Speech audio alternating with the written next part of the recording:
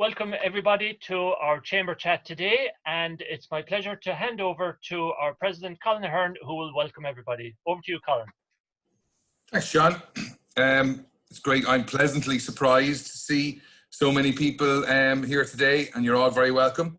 I know it's been getting harder over the last couple of weeks to get people to take time off to attend our events, as everyone is so busy. So thank you for making the effort to do so.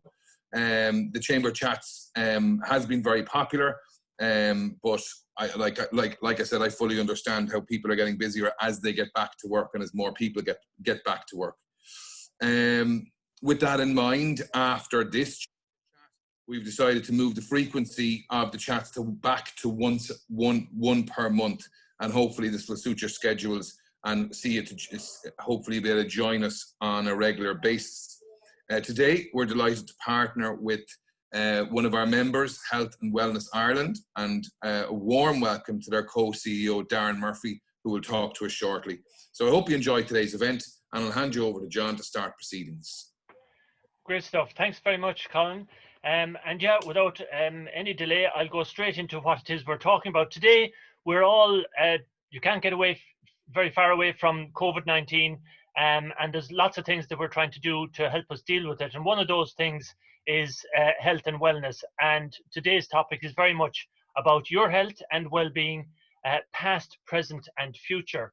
And to talk to us about that, we have from a company called Health and Wellness International. And just to say a little bit about them, this company is in the business of providing companies with health and wellness strategies. And they deliver a wide range of corporate health screening options. They also implement innovative training and education for all employees, including management. So their co-CEO, Darren Murray, has very kindly come today to be our speaker. Darren has an MSc in Sports and Coaching and Exercise Science from UCD, an MSc in Sports Performance from UL, and an MSc Strength and Conditioning from LIT Setanta.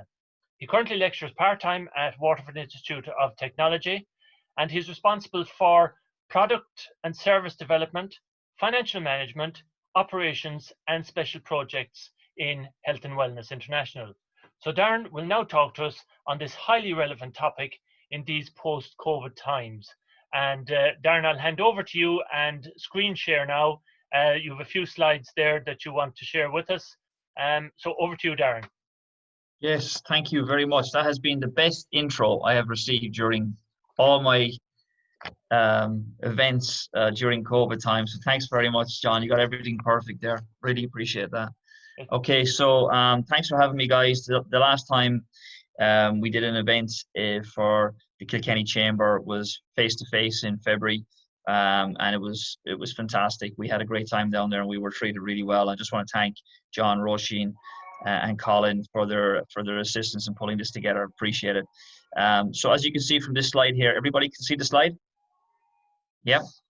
As you can see from the slide, we have one little issue there, and it's health is a state of body. I would say it's a state of body and mind. Health is very much physical health and mental health. So we need to make a little tweak to that, I think. And for me, starting off, your health is your wealth is an old saying. But during COVID times, I think people have really, really, really understood that in fine detail. I think we need to take care of ourselves. We need to know how we are. We need to know what our health markers are and how our respiratory system, digestive system, lymphatic system, how that is functioning. We can't take risks anymore. We need to be really on top of it. And I think COVID-19 has kind of given us a slap in the face, every single one of us, in relation to that. So I'm going to try and click the slides here if I can and move. Let me see. Okay, here we go. So what Health and Wellness International do is we help companies design specific programs for their own individual needs. We also deliver health screens of various health screens. We deliver from cost-effective health screens to very executive elite health screens. A lot of it depends on if a company wants a health screen for their management, if they want a health screen for their middle management or CEOs, if they want a health screen for their workers on the floor. Depends on what the budgets might be, and it depends on how often they health screen. We come up with a plan around that. We also do employee education and training. A lot of that is online now. So you can have packages online that you can get education and training for your employees, that they can look at it maybe during work time, or maybe they can do it in their own time as well. And finally, we monitor and we analyze what we're doing, and we report back on an annual basis. The reporting system is posted out. It's also done through a face-to-face with the CEO and head of HR. As you know, there are fantastic benefits for having a corporate wellness package for your company. The Deloitte report brought out in January of 2020 stated that companies that have a proactive wellness program in their company can save anywhere for that €1 up to €10. And that's unbelievable. Whereas the reactive company that brings in somebody kind of when something bad happens, those companies will only benefit maybe for spending €1 up to about €2 or €3. So that report from Deloitte is very, very interesting. So it's very important for companies to be proactive in terms of planning, in terms of putting proper procedures in place. So if you have a good corporate health and wellness program, you can reduce health costs, you can increase productivity, reduce absenteeism. One that we don't have there is presenteeism.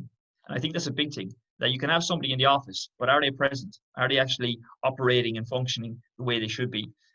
Or are they behind a computer screen and physically and mentally they're not quite at it? They might need a little bit of help in relation to energy and enthusiasm. So that's something that we have to look at. Increased job satisfaction is very, very important. Having that working environment and culture that's positive, that you look forward to going into work every day, is really, really great. And also it is an advantage to have a good program that when you are hiring people, that you can actually mention this, that you can mention that we have a very, very proactive corporate health and wellness program. And it does help when people are actually applying for jobs. And again, it boosts morale, and it looks at it looks into how we can get people working for us fitter and more mobile and having more energy. So there's a lot of benefits. There's so many benefits in relation to your health and wellness programs. So from a staff point of view, we have 26 members of staff, and we have experts in the area of sleep, rest and recovery, meditation, mindfulness, the whole way up to people who can help you with your balanced lifestyle. I think that's very, very important. During COVID times, we might have kind of, we might have all been a bit guilty of kind of working late or working short and not being as productive, and maybe spending too much time with the family at times and not enough at times. So it's getting that balance is very, very important. From a mental point of view, then we look at the whole psychology. And last year in 2019, the buzzword was resilience. How can we be resilient? Which really, really was kind of ironic, because when we think about this year being 2020, every single one of us at some stage during COVID-19 had to be resilient. We had to be strong. We were faced with times of anxiety, times of stress, and how we actually handle that during these times was very, very important. Some people were built to work at home, and some people were built not to be around the house for longer than a few hours. So it was a time for transition and adaptation that some people relished and actually found comfortable, where others would have struggled a little bit with. So we can help you in relation to that, and also from a nutritional point of view, we can bring our nutritionists and dietitians in to give assistance on a one-to-one basis, or also to deliver lectures in groups. Again, as I said, our online packages are fantastic to assist there.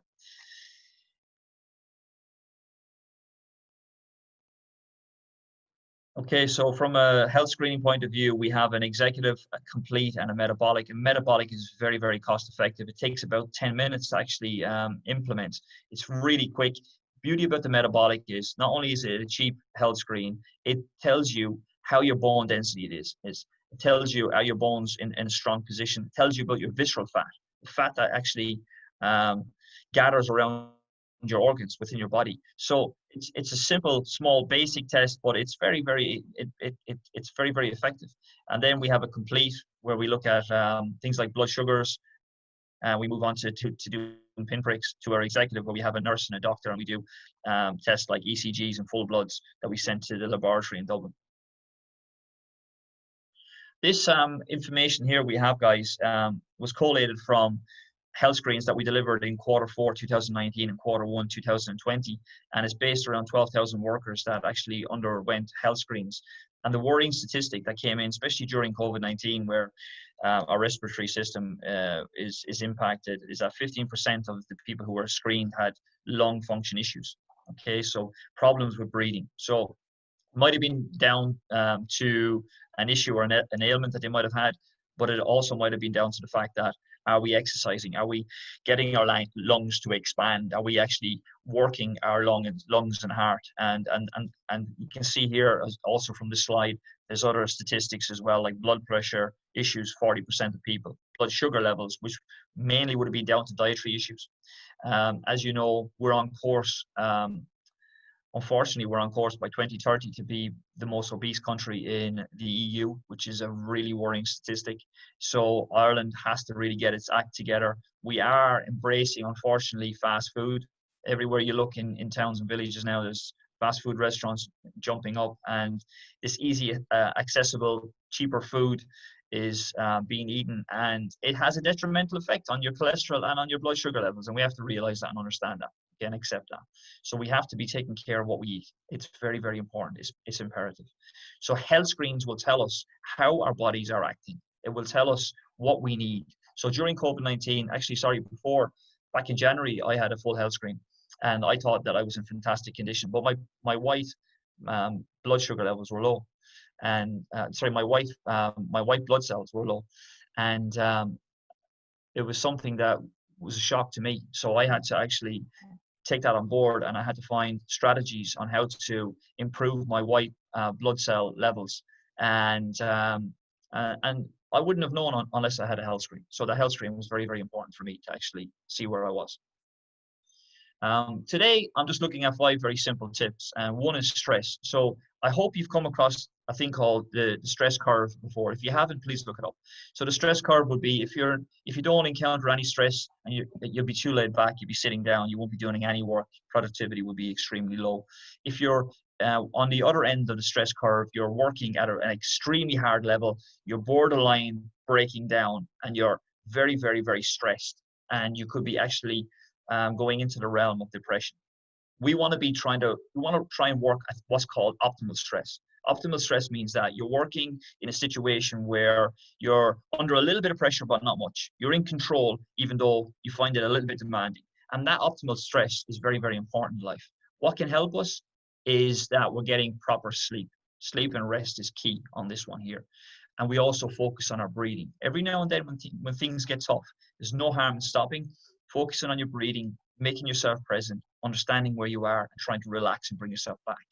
Sleep hygiene, as I just said, is key. You have to be getting a minimum of 7 hours. And the sleep quality is important. So people often say to me, I'm getting lots of sleep. But the next question I say to them is, do you wake up during the night? Do you wake up on 2 or 3 occasions? And they go, yeah, I do. I wake up, and sometimes I find it hard to get back to sleep again. So it's about sleep quantity. It's about sleep quality. It's about how you have that environment at nighttime. Is the room too warm? Is it too cold?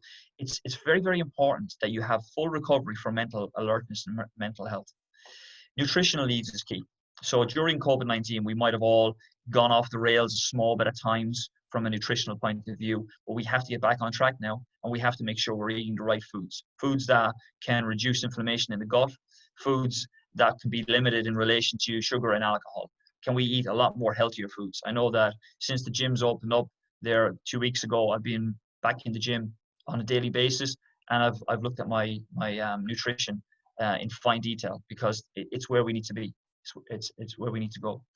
From a hydration point of view, it's important to stay hydrated. If you're working at home and you're working back in the office again, make sure you're constantly getting in that approximately 2 liters a day. Depends. If you're a very, very active person, you might need more than 2 liters.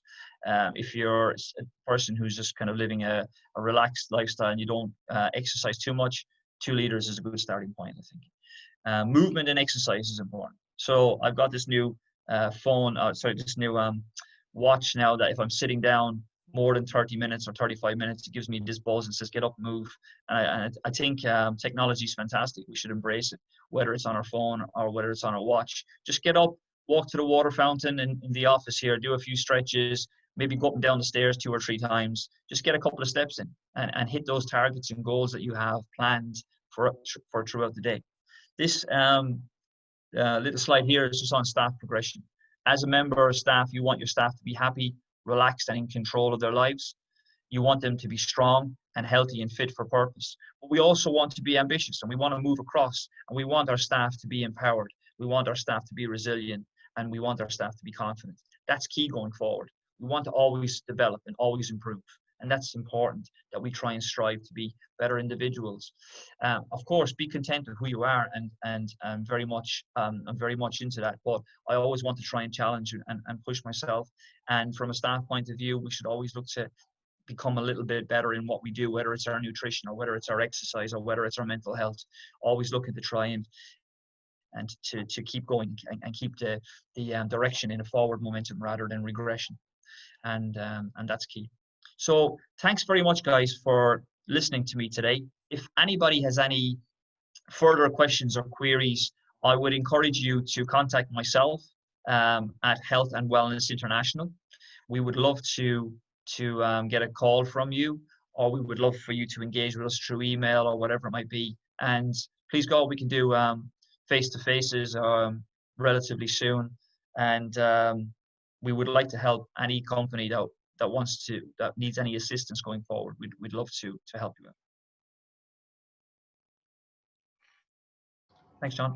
That's great, Darren. Thanks very much for that indeed. And as I said to everybody at the outset as well, if you have any questions now, feel free to put them into the chat area there, and I'll bring them to the meeting. There's one question that arises, Darren, if you wouldn't mind. If you mentioned there about having a fitness and wellness program, that we should all have one of these, that it would help us in organizing our lives in a good way and so on and so forth. So what would an annual health and wellness program look like? Yeah, that's a good question. Very good question. I had this particular scenario yesterday with Kildare, and a question came up very similar to it. I would say, first of all, if you're in a company, you need to look after yourself first. So if you're the owner of the company or CEO or head of HR or whatever, you need to put in a program that's going to look after yourselves first rather than anybody else. It's a bit like a parent at home trying to take care of the kids' needs while you're actually all over the place. You need to make sure that you take care of yourself. They say it on airplanes, put your mask on first, and there's a reason for it. So in your health and wellness program, make sure that you have something for higher management, higher to middle management. What I would say is it's very much individual needs. It's very much what has worked well for you in the past. What hasn't worked well, maybe eradicate it. What has worked well, can we continue with that? Can we look at it as being an overall holistic approach and very, very proactive? Can we put in dates during the year that we have health screens, dates during the year where you have group events, group education, group initiatives where we bring everybody together for a team bonding situation, and also that one-to-one element as well, because I might want to speak in a group environment. I might want to speak to a nutritionist face-to-face because it might be a little embarrassing for me, and I might want that privacy with a psychologist or whatever it might be. So looking to have it as a kind of a complete holistic package, and trying to invest, because we need to invest in our workers. At the end of the day, they're our main assets, and we have to take care of people. And if everybody is taking care of each other, what a fantastic company you have, and what a fantastic country we have. Super. Okay, great. Well, again, I have another question for you, but before I do, I'm going to ask to engage the whole audience. You don't have to say anything, but I'm going to ask you to have a look. I'm going to launch a poll now, and I'm asking a question basically of you all, so that we can get a feel for how things are like in the area that Darren has been speaking about in your workplaces. So our question is, do you feel that the health and wellness program in your workplace is satisfactory as it is? So if you feel that it is, you might click yes. And if you feel that no, it needs improvement, you might click no. And that will just give us an idea as to how you feel, without identifying who's who now. This is totally anonymous, but we're just looking at the overall kind of perspective there in terms of, how are we dealing with this? Because we do hear a lot of talk about health and wellness in the workplace and mind your mental health and all of this. Well, are we just talking the talk, or are we walking the talk as well? So in our poll now, which I'm going to finish now in a couple of seconds. Yes, we'll finish it now. We have yes, it is fine as it is 36%, but no, it needs improvement is 58%. So there's work to be done there by a lot of us in a lot of our workplaces, which is encouraging in that it means that what Darren is talking about, there's need for it, there's room for it, and the services that he's providing. Before we let you go, Darren, I might ask you another question if you wouldn't mind. You talked there earlier about doing screenings, and that's part of the service that you provide. Could you give me a rough idea of the cost of the screens per person? Yeah, sure. So yeah, last week we screened the Tipperary hurlers. I don't know if I should be saying this to the Kilkenny Chamber, but we actually screened the All Ireland champions last week. We put them through a battery of tests. We had our doctor and nurse there. It was more kind of along the lines of an executive screen. So it was kind of €200 plus, but it was looking at everything. It was looking at their heart. It was looking at all the levels of bloods.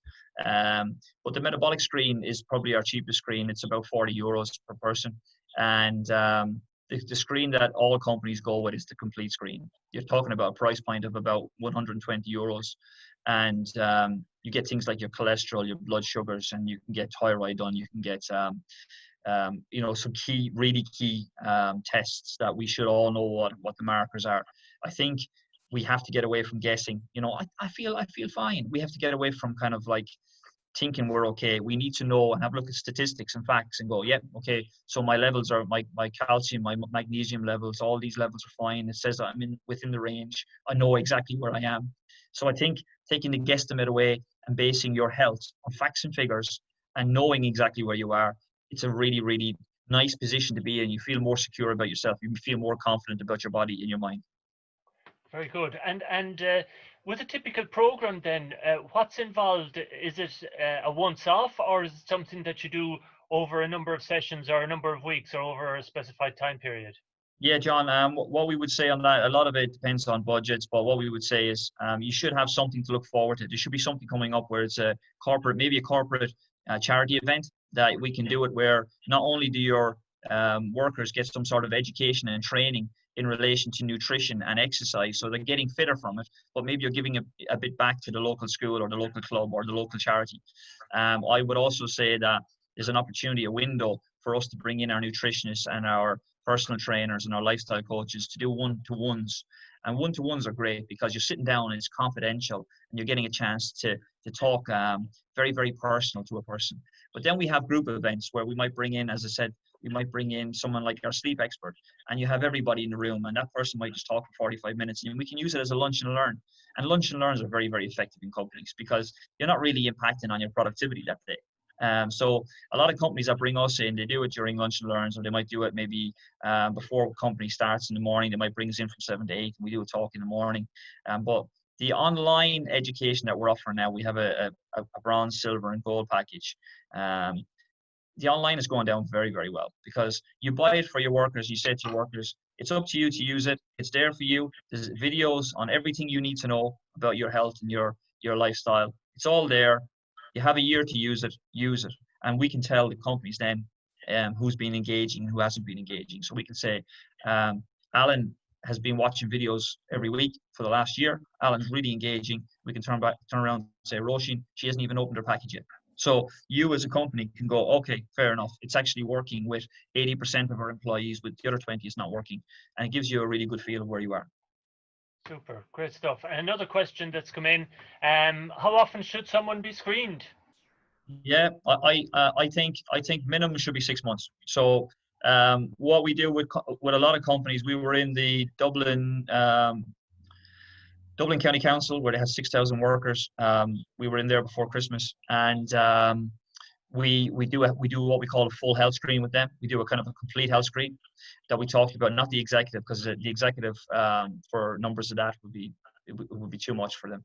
But we do the complete health screen, and then we go back maybe 6 months later and we do kind of the metabolic screen, kind of a cheaper version, but it still gives you a good gauge. But I would say every 6 months is a nice guide, because a lot can happen in 6 months. You see where we were in February, face to face down in Kilkenny, talking to people, everybody was fine, and now 6 months later, a lot can happen. So I would say a rough guide is 6 months. Worst case scenario, 12. Great. Okay, super. Well, look at I'm just watching the clock there. We're bang on time, and thanks very much for that. I will stop talking now, and I'll hand back to our president, Colin Ahern, to say our last few words. Colin. Thanks, John. Look, that was fantastic, Darren. I think, certainly from our point of view here in the hotel, we do spend quite a bit of time concerned and focusing on people's mental health. I don't think we spend as much time talking about their physical health as well, and it's probably something that we need to do. Other than people's feet, I'm always banging on to people to make sure that their feet are good when you're walking around all day and you have comfortable shoes, but it's certainly something that we need to look at. Listen, you've given me, and hopefully everyone else, plenty of food for thought. And if anyone would like to contact you for more information or explore the topic further, we'll be happy to provide anyone here with the contact details, or indeed any of our members. Thanks to everyone for attending and for giving your precious time to take part in this event today. I hope you enjoyed it and you find it useful for yourselves and for your companies going forward. As I said beforehand, we'll be running these chamber chats once a month from now on. But as everyone is generally going to be very busy for July and August, we're not going to be running one in August. But keep an eye on our newsletter, website, and social media postings, and we'll keep in touch with you what we're doing. Whilst our office, just a reminder that whilst our office in town is closed, John and Roisin continue to work from home, and in fact are busier than ever. It's challenging times for all businesses, and we're having to continually adjust to our new reality. Kilkenny Chamber is very busy behind the scenes, engaging directly with central government through our affiliation with Chambers Ireland, and it is there that we lobby and state the cases of what businesses need on an ongoing basis. This is your chamber, and we are here to represent your needs, so stay in touch with us and let us know what we can do and how we can be of assistance to you and your business and what's important to you. Thanks for joining today, and we look forward to seeing you all again shortly. Thanks, Colin.